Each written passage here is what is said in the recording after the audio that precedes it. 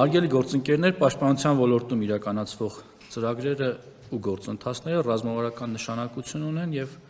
այդ իսկ պատճառով կարեւոր ենք համարում այս ձևաչափով հաղորդակցումը ձեզ հետաքրքրող հարցերը լսելու, քննարկելու եւ առաջարկները հաշվի առնելու նպատակով։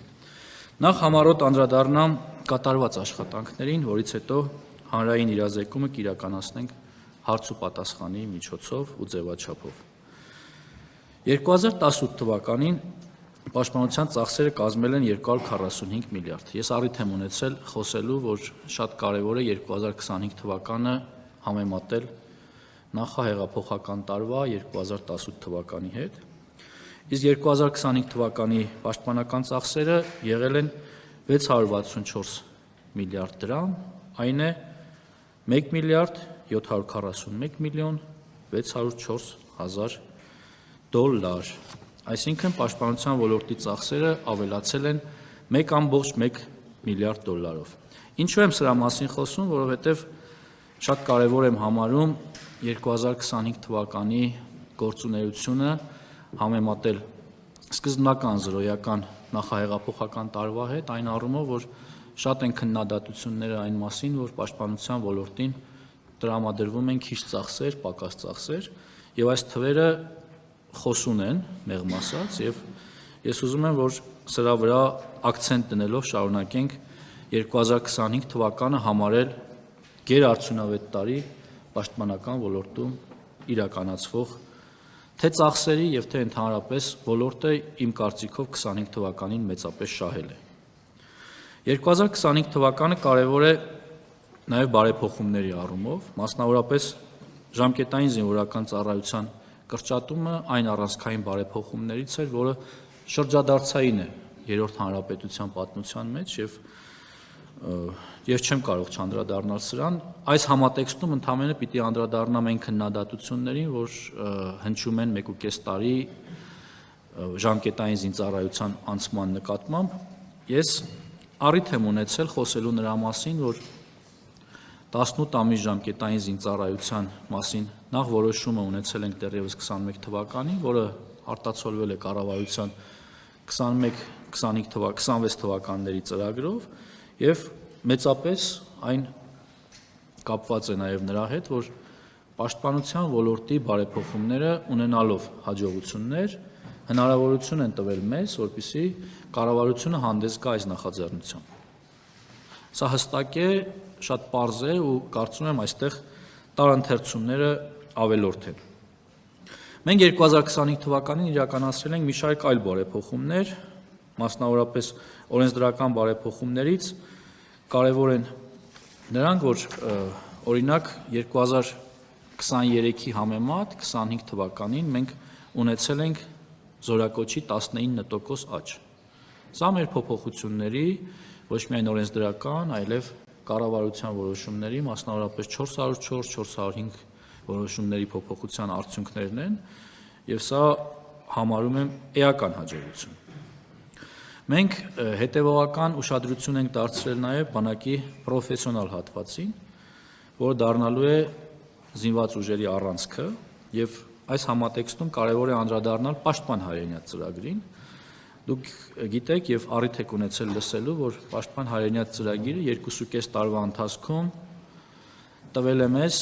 լուրջ ցուցանիշներ, ապահովել է բանակի համար էական հաջողություններ։ Սա ես համարում եմ գերատեսչական եւ անձամբ իմ հաջողությունը, որպես օրենքի հեղինակ, եւ շատ եմ կարեւորում նաեւ դրա շարունակական փոփոխությունները, մասնավորապես մեր փոփոխությունների բերումով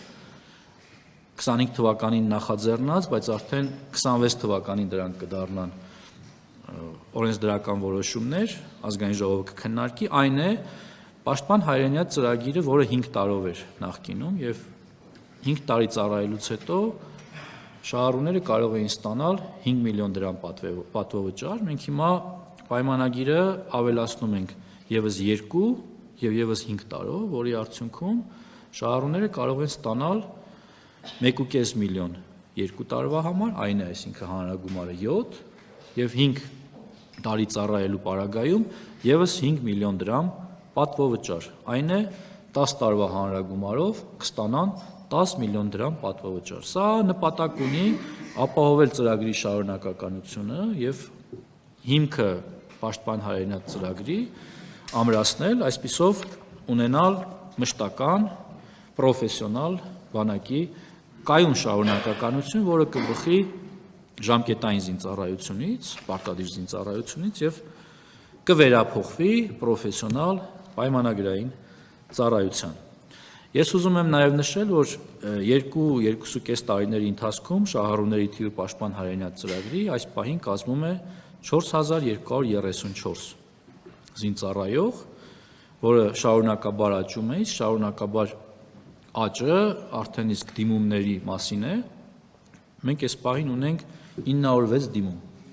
այսինքն միայն ամառային զորակոչից, որը դեռ սկիզբն է, եւ ես լիահույս եմ, որ մինչեւ պայմանագրերի կնքման ավարտը այն կավելանա եւս 200 հոգով նվազագույնը։ Այսպիսով մենք կունենանք առավելագույն թվականակ բոլոր զորակոչերի նկատմամբ մինչև 1000-1100 մարդ, որը մեկ զորակոչի համար վստահ եմ դուք եք համաձայն բավականին լուրջ արդյունք է եւ սա չի կարող չանդրադառնալ զինված ուժերի պաշտպանունակության վրա։ Մենք ունեցել ենք մի շարք օրենսդրական փոփոխություններ, որով օրինակ կարևորներից եմ համարում պահեստազորից սպաների վերադարձը զինվորական ծառայության, այն է նաև զինվորական թոշակի պահպանումը մինչև փոխգնդապետ կոչում ունեցողները, այսինքն մինչև գնդապետ, այն է փոխգնդապետ կոչում ունեցողները կարող են վերադառնալ պաշտպանության նախարարի հրամանով ցանկում ընդգրկված զորամասեր եւ շարունակել իրենց ծառայությունը, ստանալով եւ աշխատավարձը եւ պահպանելով զինվորական թոշակը։ Եվ պիտի նշեմ, այստեղ թվեր չեմ կարող հրապարակել պարզ պատճառներով, այնուամենայնիվ պիտի նշեմ, որ ծրագիրը բավականին դրական տենդենսով շարժվում է առաջ, ինչի համար ես շնորհակալ եմ պահեստազորի մեր սպաներին։ Մեծ կարևորություն եմ տալիս 25-օրյա հավաքներին։ Այս տարիների նշանակալի ձեռքբերումներից եմ սա համարում, մասնավորապես սա ապահովելու է պահեստազոր, թիկունք եւ բանակ կապը, որովհետեւ առիթ եմ ունեցել նաեւ ասելու, որ սա մեր մեծագույն խնդիրներից էր, մասնավորապես 44-օրյա պատերազմի ժամանակ։ Չեմ ասի, որ այդ խնդիրը ամբողջությամբ հաղթահարված է, բայց դրա հիմնաքարը դրված է, հաշվի առնելով, որ արդեն մենք ունենում ենք ըստ էության 100% համալրում պահեստազորի 25-օրյա հավաքների, սա նշանակում է, որ մեր օրենսդրական փոփոխությունները, մեր պատկան մարմինների հետևողականությունը, տարածքային կառավարման մարմիններ, կառավարություն եւ տեղական ինքնակառավարման մարմիններ համագործակցությունը, ինչպես նաեւ այս վերջերս մենք արդեն հնարավորություն ենք ընձեռնել նաեւ սրան մասնակից դառնալ ռազմական ոստիկանությանը եւ կարծում եմ սա նույնպես տալիս է իր դրական պտուղները։ Մենք էական ներդրում ենք կատարել նաեւ կապիտալ շինարարության ոլորտում։ Ես մի քանի թիվ կհնչեցնեմ, որոնք շատ խոսուն են, մասնավորապես կանդրադառնամ կապիտալ ծախսերին 2018 թվականին։ Կապիտալ ծախսերը 2018 թվականին կազմել են շուրջ 17 միլիարդ 718 միլիոն դրամ եւ խոսեմ 2025 թվականին։ 2025 թվականին Պաշտպանության նախարարության կապիտալ ծախսերը կազմել են ուշադրություն 57 միլիարդ 702 միլիոն 154 հազար դրամ։ Սա իհարկե ապահովում է եւ ամրաշինական կառույցների շինարարությունը, եւ զորանոցային ֆոնդի շինարարությունը, եւ իհարկե նաեւ կենսապահովման այլ ուղղություններով կատարվող շինարարությունները, այդ թվում նաեւ վերանորոգումները, եւ մեղմ ասած սա նույնպես խոսուն է թվերի համատեքստում։ Շատ է խոսվում նոր համազգեստի անցման մասին, այդ թվում նաև քննադատություններն են հանրային տիրույթում, ընդդիմադիր գործիչների կողմից, հարգելի գործընկերներ, կարծում եմ այս հարցը որոշակի պարզաբանման կարիք ունի։ Ես բազմիցս հնչեցրել եմ, որ մենք տարեվերջին կունենանք,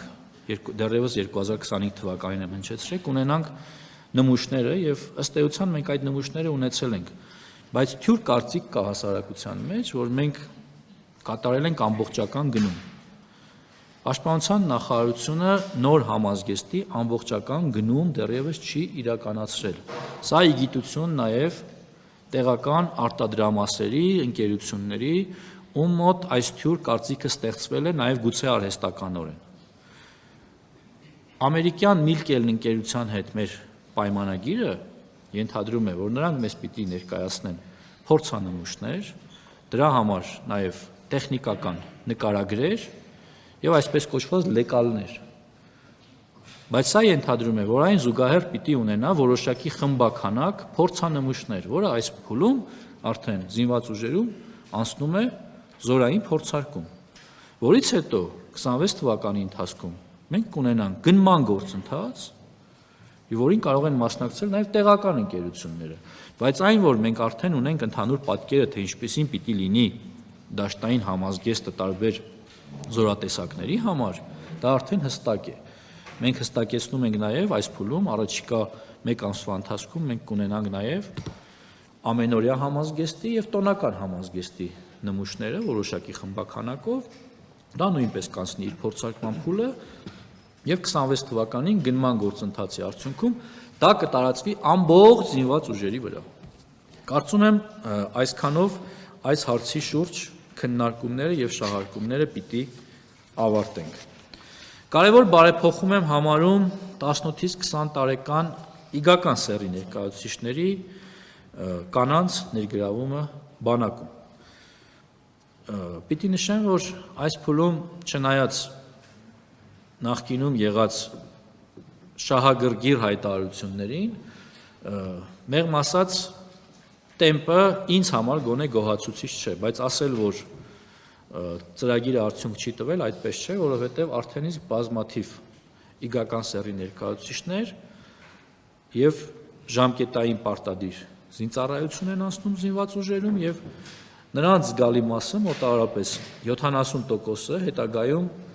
զինված ուժերում իր ծառայությունը շարունակելու ցանկություն է հայտնում ու հիմնական մասը սպա է դառնում։ Սա կարևոր եմ համարում եւ նաեւ վերաբերում է այս եւ հաջորդ զորակոչերին եւ նաեւ կոչ եմ անում մեր քաղաքացիներին, իգական սեռի ներկայացուցիչներին, նրանց ծնողներին, ինչու եմ շեշտադրումը դնում նաեւ ծնողների վրա, որովհետեւ այստեղ մեր մոտ կա պատկերացումների, մենտալիտետի, ավանդույթների, այսպես ասած, բախում ծրագրի կամ աղջիկների ցանկության հետ։ Եվ կարծում եմ մենք այս խնդիրը պիտի հաղթահարենք համատեղ ուժերով,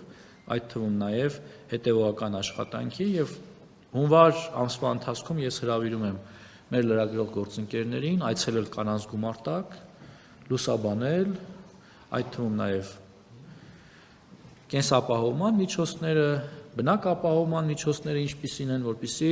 մարդիկ ավելի հանգիստ լինեն իրենց քույրերին, դուստրերին զինվորական ծառայության ուղարկելու կամ թույլատրելու, չնայած խոսքը վերաբերում է չափահաս մարդկանց։ Եվ պիտի նշեմ, որ այս ծրագիրը նաև թույլ է տալիս, որպեսզի մեր սիրելի կանայք եւ աղջիկները կարողանան մասնակցել նաև պաշտպան հայրենիաց ծրագրին, այսինքն 6 ամսյա ծառայությունից հետո նրանք կարող են շարունակել իրենց ծառայությունը, պայմանագրային կամ պրոֆեսիոնալ ծառայությունը, նաև որպես պաշտպան հայրենիաց ծրագրի շահառուներ։ Շատ եմ կարևորում ատեստավորման գործընթացը, որը 2025 թվականին շարունակվել է։ Սա մի ծրագիր է, որի մասին արդեն ըստ էության բոլորը գիտեն, բայց մանրամասներին գուցե ոչ բոլորն են տիրապետում։ Սրա արդյունքում ատեստավորվող զինծառայողները կարող են իրենց գոյություն ունեցող աշխատավարձին ավելացնել 205-ից 470 հազար դրամ աշխատավարձ։ Սա էական բավարարում է եւ մեծապես փոխել է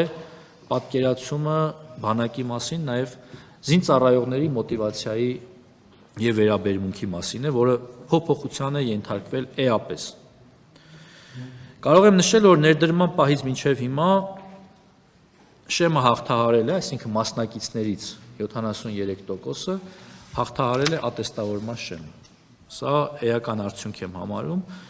եթե հաշվենք, որ սկզբնական տարում այդ թիվը էապես մի քանի անգամ ավելի պակաս էր։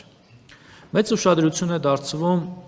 եւ 25 թվականին շարունակել է ուշադրություն դարձվել զինծառայողների բնակարանային ապահովման ուղղությամբ։ Այստեղ նույնպես արձանագրել ենք էական առաջընթաց։ Գիտեք, որ 2020 թվականից գործում է սպայական եւ ավագ ենթասպայական կազմի պայմանագրային զինծառայողների հիպոթեկային վարկավորման ծրագիրը։ Սրա շրջանակներում 2170 զինծառայող արդեն ձեռք է բերել բնակարան կամ բնակելի տուն, որի համար հատկացվել է 8 միլիարդ 684 միլիոն դրամ։ 26 թվականի հունվարի 1-ի դրությամբ 2022-ից 25 թվականին Հայաստանի Հանրապետության պետական բյուջեից եւ Պաշտպանության նախարարության համակարգի բնակարանային ապահովում ունեցող կարիք ունեցող զինծառայողների, զինվորական կենսաթոշակի իրավունք ունեցող զինծառայողների, զոհված, մահացած եւ զինվորական հաշմանդամության կենսաթոշակի իրավունք ունեցող նախկին զինծառայողների ընտանիքների բնակարանային ապահովության համար ծախսվել է շուրջ 8 միլիարդ 174 միլիոն դրամ։ Խոսքը վերաբերում է շուրջ 630 շահառուի։ Շարունակում է մեր ուշադրության կենտրոնում լինել ռազմական կրթությունը։ Ես առիթ եմ ունեցել խոսելու, որ ռազմական կրթության ուղղությամբ մենք էական փոփոխություն ենք արել։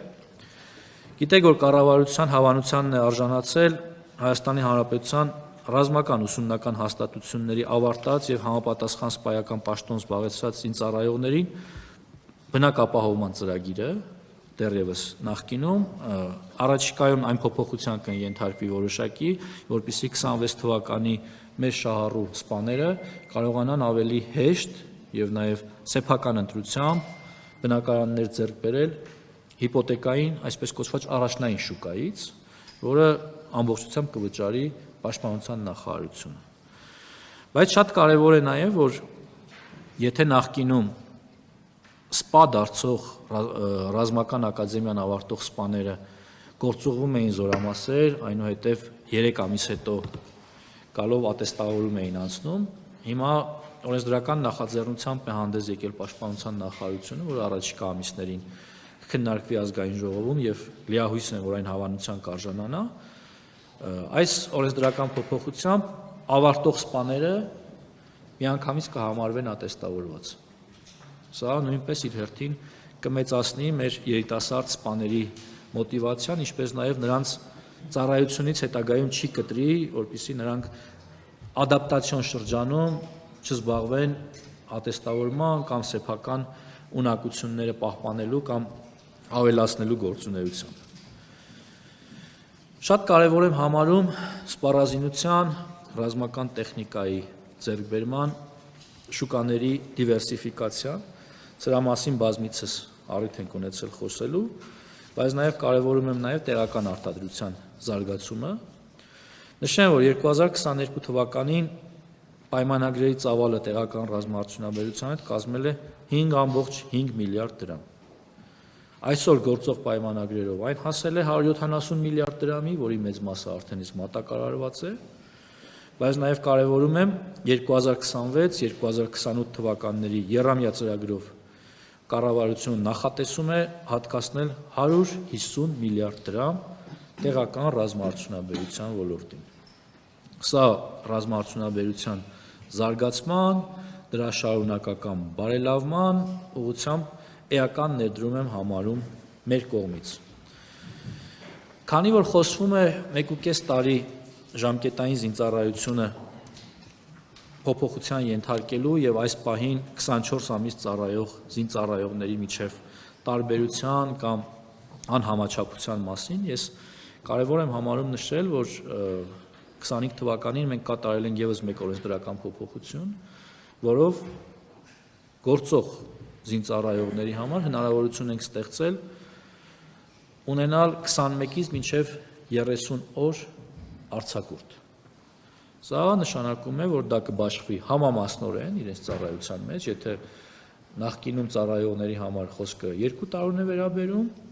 արդեն այս տարի զորակոչվածների համար այն կտարածվի 1.5 տարվա նկատմամբ, այն է սահմանային ծառայություն տանող զինծառայողների համար 30 օր, այսինքն պատկերացրեք, միջինը ամեն 6 ամսվա մեջ 10 օր զինծառայող կարողանա գնալ արձակուրդ, եւ 21 օր այլ զորամասերի համար, այսպես կոչված թիկունքային զորամասերի համար։ Եվ այս համատեքստում պիտի կարևորեմ մի այլ փոփոխություն, որը հանրության ուշադրության չի ներկայացվել կամ չի հայտնվել ուշադրության կենտրոնում։ Հիմա դահլիճում գտնվողները, նրանց հարազատները, ովքեր նախկինում ծառայել են, կհիշեն, որ երթման արարողության ժամանակ ինչի միջով են անցել զինծառայողը եւ նրանց ծնողները։ Սկսած X քաղաքում ծանոթ գտնել, բարեկամ գտնել, հյուրանոց վարձել, զրուցարան վարձել, այսպես կոչված բիսեդկա, եթե խոսքը վերաբերում է ամառային ժամանակաշրջանին։ Էլ չեմ ասում մեքենաների վրա, կհիշեք, մեքենաների կապոտների վրա փռում էին զինծառայողներին, ծնողները ինչ կարողանային, փորձում էին երեխուն հյուրասիրել լավ բաներ, բնական է, որ ծնողը 40 օրվա կամ 1 ամսվա կամ 2 ամսվա ընթացքում երեխուն չտենալու պարագայում ինչ որ էմոցիաներ ունի, փորձում է ամեն կերպ, մանավանդ որ զինծառայողը նախկինում որքան էլ որ սա վատ հնչի, ասոցացվել է սոված լինելու հետ։ Ինչը հիմա այդպիսի բան չկա, ես հստակ կարող եմ ասել, կարող է ծնողների, քանի որ մայրիկի պատրաստածը չի, ձեր մոտ նման էմոցիաներ կան, բայց իրականությունը մեծապես տարբերվում է հիմա, բայց մենք ինչ ենք արել։ Օրենսդրական փոփոխությամբ ապահովել ենք, որ երթման արարողությունից հետո զինծառայողը կարող է 2 օր ունենալ արձակուրդ, ծնողը նույնիսկ կարող է չգար զորամաս, զինծառայողը կստանա 2 օրյա արձակուրդը, կգնա իրենց տուն, իր հարազատների հետ։ Կվայելի այդ 2 հանգստյան օրերը, այնուհետև կվերադառնա հիմնական ծառայության որպես լիիրավ զինծառայող։ Սա նույնպես լուրջ փոփոխություն եմ համարում, սա ավելի շատ էմոցիոնալ փոփոխություն է, բայց շատ կարևոր է թե զինծառայողների եւ թե նրանց ծնողների համար։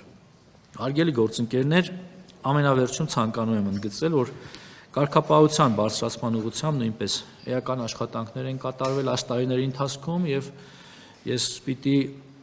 կարևորեմ 2025 թվականը, որովհետեւ 2025 թվականին մենք ունենք շոշափելի արդյունքներ այս ուղղությամբ եւ սա վերաբերում է հիմնականում կանոնադրային հարաբերությունների խախտմանը եւ դրա հետևանքով սպանությունների դեպքերին, ես պիտի արձանագրեմ, որ 2025 թվականին այդպիսի դեպքեր չեն արձանագրվել։ Սա իրականում հենց այդպես էլ պիտի լինի, բայց մեզ համար ուրախալի այն առումով, որ վիճակագրությունը եւ համեմատությունը նրա մասին է, որ ցավոք մենք նախկինում ունեցել ենք այդպիսի բազում դեպքեր։ Չեմ ուսումնասիրել Երրորդ հանրապետության ամբողջ շրջանը, բայց կարող եմ ասել, որ թերևս նման տարիներ գուցե չեն արձանագրվել նախկինում։ Եվ սա շատ ուրախալի փաստ եմ համարում,